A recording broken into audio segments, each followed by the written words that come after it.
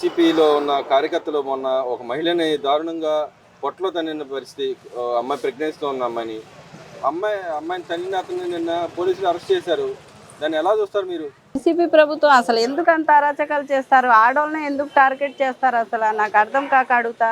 సరే, ఒక మహిళ మీకు చెప్పింది దీనివల్ల నాకు డిస్టర్బెన్స్ అవుతుందంటే మంచిగా చెప్పుకోవాలి, కానీ ఆమె కడుపుతో ఉందని కూడా చూడకుండా ఆమె జుట్టు పట్టుకొని వచ్చి రోడ్డు మీద పొట్ట మీద తన్నేసి రోడ్డు మీద లాగేసి వాళ్ళ ఆయన అడ్డం వస్తే వాళ్ళ ఆయన్ని కూడా కొట్టేసి కేసులు పెట్టి మళ్ళీ వాళ్ళ ఆయనకే మళ్ళీ తీసుకెళ్ళి పోలీస్ స్టేషన్లో కేసు పెట్టారంటే ఎంత అరాచకం అండి అసలు అది.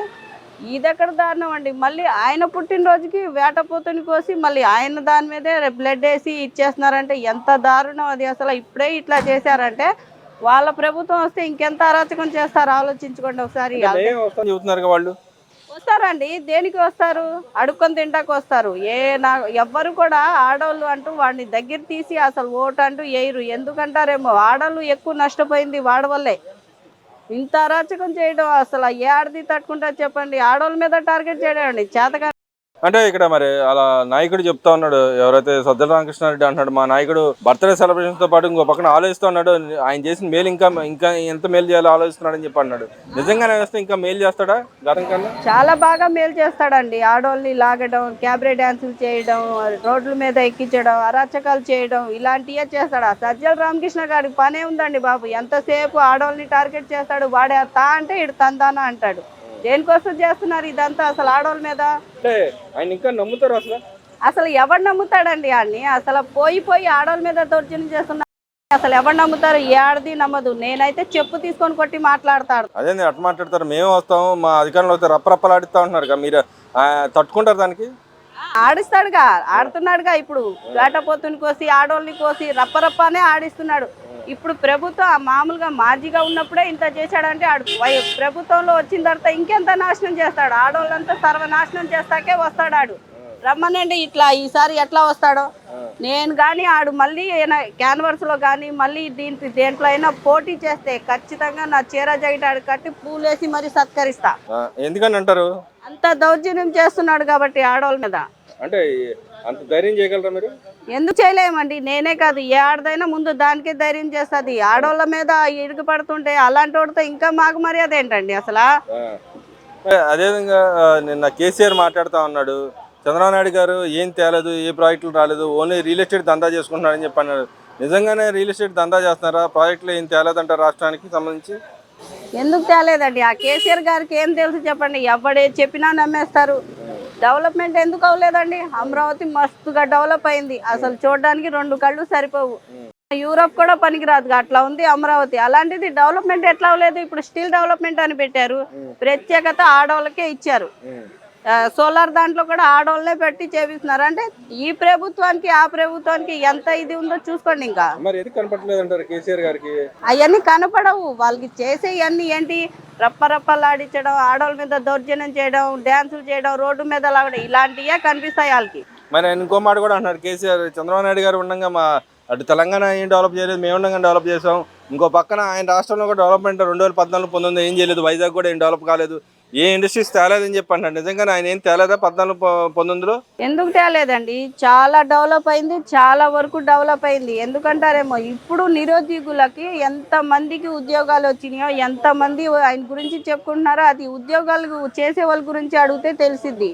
ఏంటి ఆడవాళ్ళకి ఇంట్లో ఉన్న వాళ్ళని రోడ్డు మీద లాగి మరి ఇచ్చేస్తున్నాడు అంటే అలాంటి వాడితో ఇంకేంటని మాట్లాడేది? లాగి పెట్టేవాటి ఇవ్వకుండా. ఇంకో మాట కూడా ఇక్కడ కేసీఆర్ గారి కూతురు అన్న తండ్రిని విమర్శిస్తూ ఉంది. ఆయన బయటకు వచ్చి ఇప్పుడు ఆయన చంద్రబాబు ఆయన విమర్శిస్తున్నాడు. దీన్ని ఎలా దొరుకుతుంటారండి? కూతుర్ని ఏం చేయలేక చంద్రబాబు ఆయన పడుతున్నాడు అనుకోవచ్చా? ఇప్పుడు ఆయనకి చేత కాదు కదా, ఆయన వల్ల కాలేదు, అందుకే వాళ్ళ కూతుర్ని ఇన్వాల్వ్ చేసినట్టు ఉన్నాడు. అంటే ఆడవాళ్ళే ఇది అయినట్టు, ఆడదాన్ని దించితే పోనీ అట్లాగైనా ఫేవర్గా మాట్లాడతారేమో అన్నట్టు చేతకాని పనులు చేస్తున్నాడు. అవన్నీ జరగని పనులు. తీసుకెళ్ళి ఆ రోజా గారి దగ్గర వదిలేయమనండి, పనికి వస్తుంది, బాగా పనికి వస్తుంది. నిన్న చంద్రబాబు నాయుడు గారు కొత్తగా మళ్ళీ విద్యా వ్యవస్థకు సంబంధించి మళ్ళీ అభివృద్ధి కార్యక్రమాలకు సంబంధించి కొత్త వ్యవస్థ తీసుకురాబోతున్నారు. అమెరికాలో వెళ్లకుండా మన ఇండియాలో కూడా చేయొచ్చు అన్నట్టుగా ఉద్యోగ అవకాశ కల్పన కోసం ఒకటి క్వాంటమ్ వ్యాలీ అని తీసుకొచ్చారు. దాన్ని ఎలా చూస్తారు మీరు? చాలా బాగా చేస్తున్నారండి. అసలు ఆయన గురించి చెప్పినా వేస్టే. అసలు నిజంగా దేవుడండి బాబు. ఆయన చెప్పుకోకూడదు కానీ ప్రతి ఇంటికి ఆయన ఫోటో ఉండొచ్చు. అంతా దేవుడి ఫోటోలతో పాటు ఆయన ఫోటో పెట్టి దండం పెట్టచ్చు.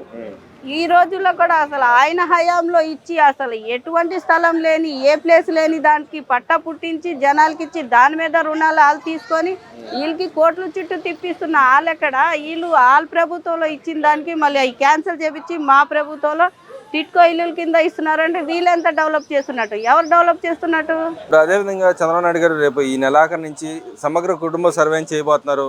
ఎవరికి పథకాలు వస్తున్నాయి, ఏం రావాలి, ఏందనే దాని మీద చేయబోతున్నారు. దాన్ని ఎలా చూస్తారు మీరు మళ్ళీగా? చాలా బాగా చూస్తానండి. ఎందుకంటారేమో అసలు ప్రతి ఇంటికి వీళ్ళకి ఈ పథకం అందిందా లేదా అని సర్వే ద్వారా చేయడం అనేది చాలా మంచి విషయం. అది ఎందుకంటారు ప్రతి ఒక్కరికి అందుబాటులో ఉంటుంది ఆ యాప్ అనేది. ఏదో సృష్టిస్తున్నారు యాప్. ఆ యాప్ ప్రతి ఒక్కరికి మీకు వచ్చిందంటే వచ్చినట్టే ఉంటుంది, రాలేదంటే రాలేదన్నట్టే ఉంటుంది. దానికి అసలు ఎంత బాగా చేస్తున్నారంటే అంత బాగా చేస్తున్నారు. అదేవిధంగా పవన్ కళ్యాణ్ గారు మొన్న అయితే ఎవరైతే రౌడీజం చేస్తారో వాళ్ళు బుల్డోజ్ చేస్తా ఉంటే దాని గురించి మాట్లాడుతూ ఉన్నారు. తప్పుడు మాటలు మాట్లాడుతున్నారు, ఇలాంటి వ్యాఖ్యలు చేయకూడదని చెప్పి వైసీపీ నాయకులు మాట్లాడారు. నిజంగానే ఆయన తప్పుడు మాటలు మాట్లాడారు అంటారు అసలు పవన్ కళ్యాణ్ గారు? నేను అయితే ముందులో అయితే సినిమా ఫీల్డ్ వాళ్ళకు అసలు ఏమీ తెలీదు అనుకున్నా. అలాంటిది సినిమా ఫీల్డ్ వాళ్ళ కుటుంబం గురించి కూడా పక్కన పెట్టి జనాల్లోకి వచ్చి అసలు ఎంత బాగా చేస్తున్నారంటే పవన్ కళ్యాణ్ గారు నిజంగా చంద్రబాబు గారి తర్వాత ఎవరైనా ఉన్నారంటే ఆ దేవుడు ఆయనే.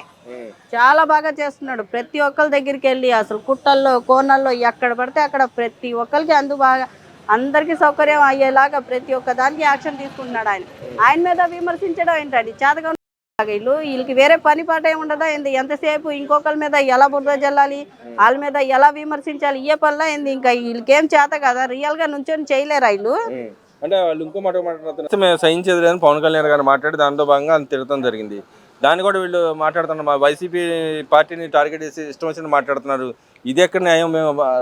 మేము న్యాయం కోసం వెళ్తే మా మీదే ఈ విధమైన వ్యాఖ్యలు చేయడాన్ని, ఈ విధంగా చేయడాన్ని ఎలా అని చెప్పి మాట్లాడుతున్నాం. నిజంగానే ఆయన ఆవేశంగా మాట్లాడి ఇలా మాట్లాడారా, లేకపోతే వాళ్ళు చేస్తున్న దానికి ప్రతిగా మాట్లాడారు అనుకోవచ్చా? లేదు, అవతలని చేష్టల్ని బట్టే పవన్ కళ్యాణ్ గారి రియాక్షన్ ఉంటుంది. నేను చూసా ఎగ్జాంపుల్, లైవ్ లో చూసా, డైరెక్ట్ గా కూడా చూసా. ఆయన మంచిగా మాట్లాడితే ప్రాణమైనా ఇస్తారు. ఆయన దగ్గర తేడా అనిపిస్తేనే అబ్బో ఇంకోలాగా తీసుకుంటారు యాక్షన్. ఎవడైనా సరే ముందు కొట్టి మాట్లాడేలాగా మాట్లాడతారు, దానికి అట్లాగే యాక్షన్ తీసుకొని వాళ్ళకి శిక్ష పడేలాగా చేస్తారు. ఆయన మీద విమర్శలు చేయడం ఏంటండి? వీళ్ళకేం పని పాట లేదా ఏంటి? అంటే మేము క్వశ్చన్ అడిగితే మా మీద ఎదురు కేసులు పెడతామని చెప్పండి. నిజంగానే ఎదురు కేసులు పెడుతున్నారు? అసలు ఎవరైనా ప్రశ్నిస్తే మా మీద దాడులు చేస్తున్నారు అన్నట్టుగా మాట్లాడుతున్నారు. నిజంగానే దాడులు చేస్తున్నారు ఈ గవర్నమెంట్? దాడులు ఎందుకు చేస్తారండి? వీళ్ళు న్యాయంగా చేస్తున్నారు కాబట్టి వాళ్ళకి అది కిట్టక అట్లా అంటున్నారే కానీ ఇట్లాగా చేసేవాళ్ళు అయితే వీళ్ళు ఇంత నలుగురితో మెప్పెందుకు పొందుతారు చెప్పండి? మెడికల్ కాలేజ్ మేము సంతకాల సేకరణ మూలాన ఆగిపోయింది, ఈ గవర్నమెంట్ ఏం పెకలేకపోతుంది, మేము వస్తే మళ్ళీ అధికారంలోకి వస్తే వాళ్ళకి కట్టే వాళ్ళని కూడా ఆపిచ్చేసామని చెప్పి అంటారు. నిజంగానే వాళ్ళు చేయటం మూలన ఆగిపోయినాయా గవర్నమెంట్ మెడికల్ కాలేజ్, లేకపోతే గవర్నమెంట్ కొంచెం ఆలోచించి దాని మీద డెసిషన్ తీసుకుని ఆగిందంటారా? దాని గురించి కూడా నాకు ఒక విషయం తెలిసింది. మామూలుగా జనాల దగ్గర రోడ్డు మీద నుంచొని ఒక ఎమ్మెల్యే నుంచోబెట్టేసి అమ్మ ఒకసారి ఆగు, అయ్యా ఒకసారి ఆగు అని చెప్పి వాళ్ళకి ఏదో ఒక సంతకం పెట్టు, ఏదో చేస్తాము మంచి చేస్తామని చెప్పి వాళ్ళందరితో కోటి సంతకాలు జనాలతో రోడ్డు మీద నుంచొని మీరు సంతకాలు పెట్టుకొని వాళ్ళ మీద బురద చల్లడానికి ఇవన్నీ కేవలం ప్రయత్నాలే, అవి మాత్రం జరిగే పనులు కావు.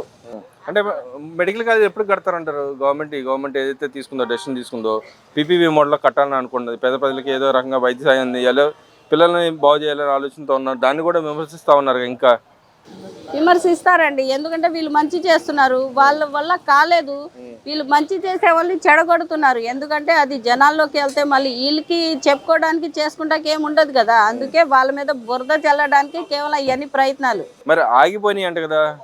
ఎక్కడ ఆగినాయండి? మస్తుగా జరుగుతున్నాయి పనులు, చాలా బాగా జరుగుతున్నాయి. మళ్ళీ దానికి అంత యూత్ అంటే ఇప్పుడు జనరేషన్లో బట్టి పిల్లల్ని ఎలా యాక్టివ్గా పనిచేస్తారో అలాంటి వాళ్ళనే పెట్టారు. అసలు ఎంత లీడర్ ఎంత సెక్యూరిటీగా పెట్టారంటే అంత బాగా పనిచేసి యాక్టివ్గా పనిచేసే పిల్లల్ని పెట్టారు. అలాంటి పిల్లలకి వచ్చే సంవత్సరం లోపు అవి తయారయ్యి ఎంతమందికి ఇదే ఇద్దండి.